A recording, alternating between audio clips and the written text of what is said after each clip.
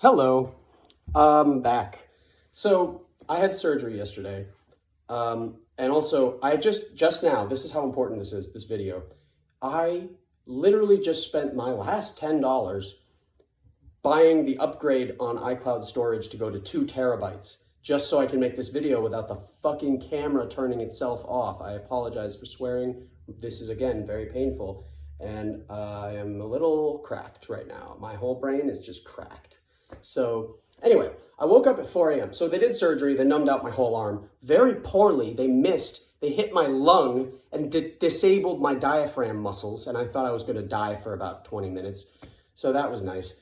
They literally paralyzed my breathing and I was waterboarded that entire time. They had to give me an oxygen mask. They gave me so much of this Versed, midazolam shit that I was barely conscious at all. And I couldn't breathe. Like I went, like at the end of the breath, it was just gone. No potential to breathe any further than, it was fucking terrifying. And it was because this nice lady in training was being guided by someone who did know how to do the procedure. Why not just do that? No. Oh, look, I always get the guinea pig effect. They always just go, oh, he looks healthy. We can't kill him even if we fucking tried. Let's just have her do him instead of all these old people who she might kill. Legitimately might just kill them outright and we'd be liable. Let's do it on this dude. He probably won't die. And I didn't, but I mean, like, I am so fucking tired of being mistreated in medical settings because I'm in physically good shape. And I'm not, by the way, actually. I just look like I'm in good shape. My lungs are scarred.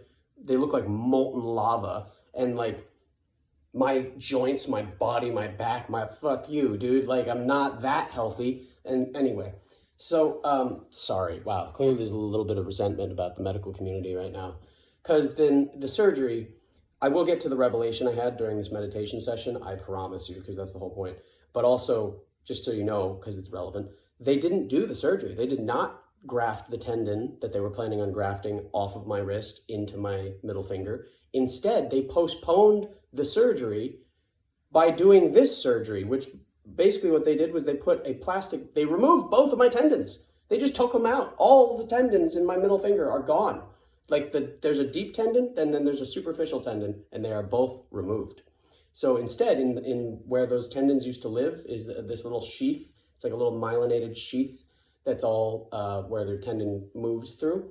And in that area now, there is a plastic rod that goes from the tip of my middle finger down the center, very distinctly, I can feel all of it, down to you can feel a huge amount of pain where he cut into my callus again to go through the middle finger. He did remove a bunch of scar tissue as well, which I asked him to do, him being the doctor. And it goes from tip of this all the way down into about 2 inches below my wrist. And it's really painful. All of it's really painful. But what hurts most, weirdly enough, is right here. Right there is where it hurts the most. What? Okay.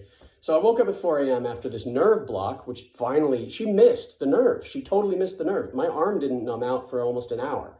Like it was like 2 seconds before I went into surgery that I started getting numb. But last two surgeries, my arm went numb and heavy and I couldn't move it instantly, nearly instantly, like within 5 to 15 minutes, no more arm. This took an hour because she straight up missed, dude. She just straight up missed. And why did it affect my diaphragm muscles? Because you missed. So that was terrifying, man. I don't know if I said this. They paralyzed my breathing. They literally paralyzed my breathing. And for about 20 minutes, I thought I was going to die before the surgery. So that was not very fun. I literally, like, when you paralyze the diaphragm, what happens is it's not going to stop your sympathetic nerve or your parasympathetic nervous system from continuing to breathe on its own. But it is going to mess you up because you won't be able to take conscious breaths. So I tried to breathe in. What would happen is I would go, like I couldn't get past like here in my lungs. I couldn't go, I would go,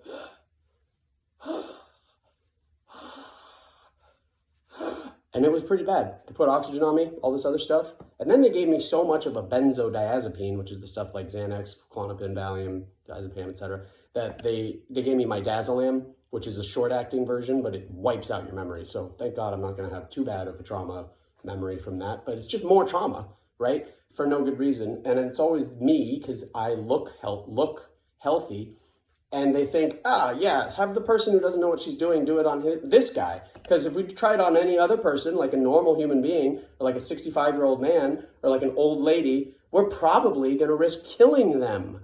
So why don't we just do it on this healthy young man who looks totally fine? My lungs look like molten lava. My joints are all suffering from arthritis related to CF. My back has been broken twice, and fuck you. Like, that's kind of how I feel about this whole thing. So anyway, sorry, I'm trying to get rid of that negativity there. That's really difficult. Resentment has been my day. I woke up at 4 a.m. in searing pain and like 10 out of 10, easy. And I woke up, I was like, like it knocked the wind out of me when I woke up. It was cool actually. And so then I go downstairs. I have oxycodone that I can take. I have buprenorphine, which is 40 times stronger, 40, 0.004D, and then the time multiplied by. So every milligram, let's say 5 milligrams of oxy equals, 10 milligrams of oxy equals 400 milligrams, other way around. 10 milligrams of buprenorphine equals 400 milligrams of oxy. And I take 24 milligrams, not 10, but 24. So I'm fine in terms of pain. But I didn't take that this morning until very, very late in the morning because I got up at 4 and I was just, for whatever reason, in a shitty headspace. So I went on a long walk at like around 4:35 a.m. And I went to the old school I used to go to when I was in kindergarten. And that lit up a weird part of my brain that I wanted to follow and explore. So I come back home after like a 2-mile long walk. It was a decent long walk. It wasn't as long as I wanted because I was freezing to death. But then I come home and I was actually, I read first. I read my book, Homo Deus, for a little bit. And then I came up here and I used this meditation bench to meditate. It was made by my friend Peter Catazzone, who is this like Italian mafioso wise guy kind of dude. Not literally mafia. I mean, well, I don't fucking know, dude. Maybe. Point is, come up here, and I just sat down, and I was like, the goal of meditation, when I go into a meditative session, it has to have a focal point, because otherwise you're just falling asleep consciously, or you're just randomly exploring your emotions in present moment, or you don't know what you're doing at all, and you're just sitting there breathing, maybe, or not. So what I did was I came in, and I was like, I want to clear the old luggage, basically. I want to clear away all of those emotional boulders and resentments that are holding me back. I want to dig until I find all the negative core beliefs. Any core belief that I'm holding either about myself, my parents, my surroundings, my life, that is dragging me down and keeping me immobile instead of moving in the ways that I want to go. And it like really worked because a lot of stuff flooded in. When I gave myself that question, like what am I holding that's holding me back? I got a lot of answers there. And one thing is I can't stand myself. I hate myself. So there's that. Not in like a bad way, not in like, oh, you shouldn't hate yourself, Rob. It's okay. It's like, no, I get that. It's just I still do. And it's not so much just me. I hate the human condition. I feel like it's unfair. But it's at the same time, that viewpoint is just a negative core belief. It's my own experience and decision to take it that way instead of taking it as life is, which is just neutral. Like nothing is either good nor bad, but thinking makes it so. Shakespeare was right. So basically I'm just digging through these and I don't have any physical or conceptual, I don't know what I'm trying to say. Like it wasn't like words came to mind. It was a feeling, it was an emotion. And I knew just by exploring that feeling what it felt like, what it was. So somehow it felt like someone was like subconsciously just feeding me these one by one. And I went through each one and I started letting go. And the more I let go, the more I realized if I believe I can let these go, I can let them go. Because belief, like the whole idea of a belief is not so much, is this belief verascible? Like, is it real? It's not about that. It's about, does this belief help me or does it hold me back? That's how I like to think about belief systems.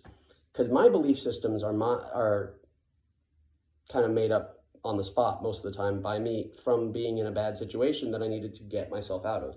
Either pain, I can't breathe, or something like that historically is how I have the circuits that I've created, which very, very, the beliefs that I've created that I hold that are very powerful. Like I believe at any moment I can choose what emotional state I want to stay in.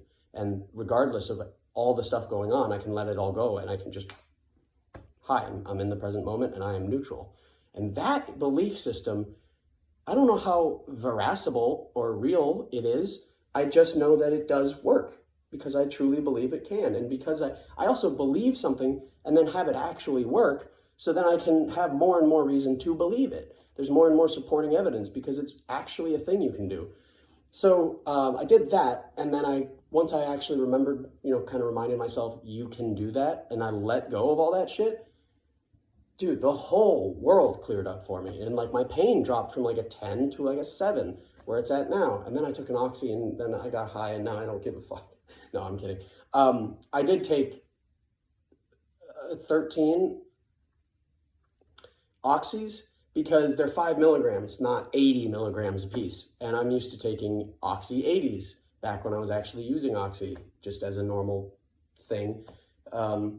And so I took, I think 13 is what, 65 milligrams. So that's not a crazy dose. It's a normal dose for someone who's on the medications that I'm on. I'm on an opiate blocker. That's the issue. That's why pain has not worked very well, or pain management has not worked very well for any of these last surgeries. So what I wanted to see if I can give in this video is just this one belief. You can choose the emotional headspace you want to stay in. And it is not as easy as just, fake it till you make it, but it is similar. You basically just tell yourself, you have to kind of start a dialogue with yourself and ask yourself questions and kind of explore and probe.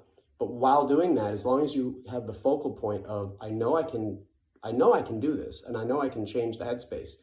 I just need to believe in myself and in the fact that this is something that is a conscious choice. If I feel some type of way, that was a conscious choice at some point in the past. Now it's just a belief system, or maybe it's just a negative view of yourself or your situation, or you feel like you can't do X, Y, Z.